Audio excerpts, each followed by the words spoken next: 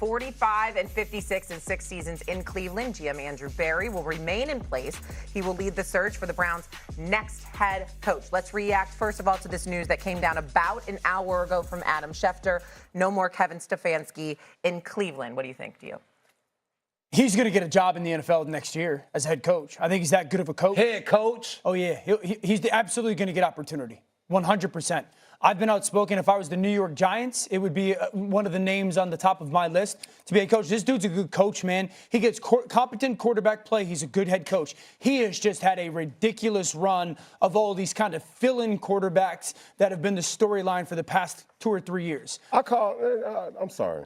I call BS on that. Why? And I'm going to tell you why. I'll give you a perfect example. Yeah. Kyle Shanahan. Yep. Right? His quarterback goes down. Let's even go back a couple years ago. Jimmy Garoppolo goes down. Insert who? Brock Purdy. Brock Purdy goes down this year. Insert Mac Jones. Yeah. Did the offense take any type of hiccup? Stop. Well, Cam, You didn't even mention Trey Lance. For sure. Okay, but that offense didn't look good under Trey Lance. One, Mac Jones is an ex-first-round pick and a guy who's had a lot of success, not a lot of success, but success in the NFL. Okay, number one. Number two, it's as talented. You got one of the great players in the league in McCaffrey. Right. So, we're talking about different groups.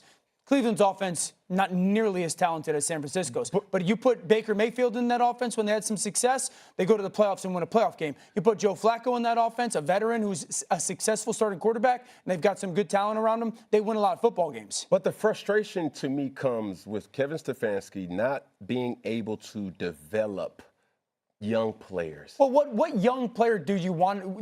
Well, he's developed young players, maybe not young quarterback. Which young quarterback did you want him to develop? The ones that's on your roster. The ones that you went out and drafted.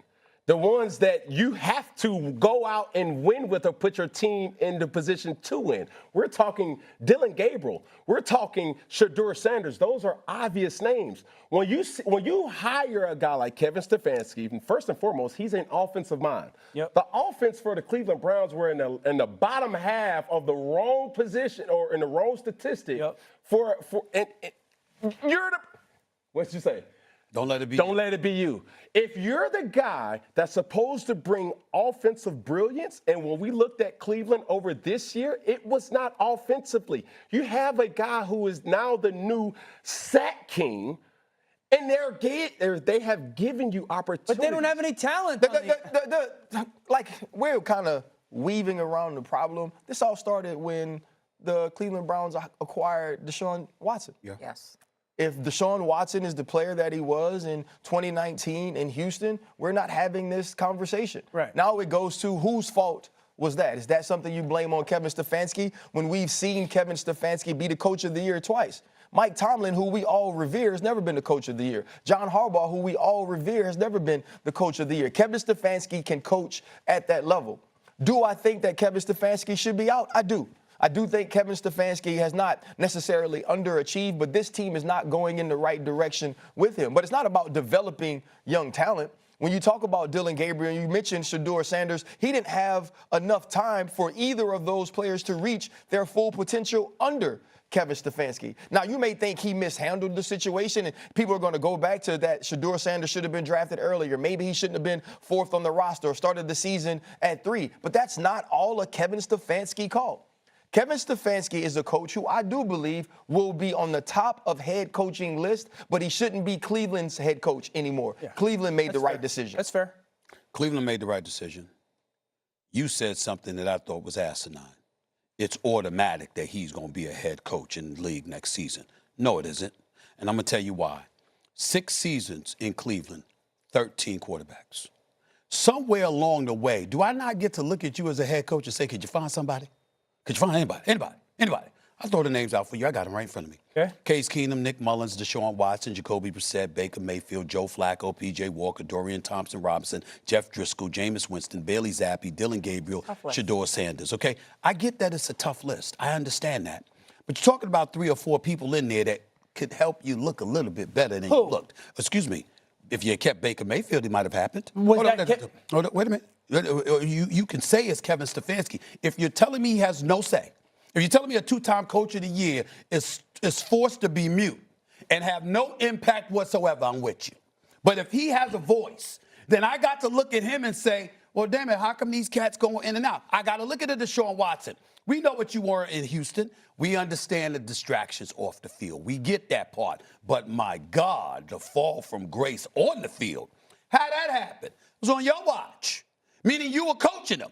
I mean, listen, I'm not holding anybody accountable more than Deshaun Watson. That's on him. But I'm saying along the way, you being the two-time coach of the year, this precipitous drop-off happened on your watch. You knew what the situation was with him off the field when y'all acquired him and gave him $230 million guaranteed. And that's not Stefanski. Of course, that's ownership, Haslam, and we get that part. But again, I'm not talking about Deshaun Watson in terms of him not being great. I'm talking about him literally falling off. I mean, a disaster. That was on your watch. Okay. And then I look at Jacoby Brissett. Listen, he ain't great, but damn it, he ain't a scrub.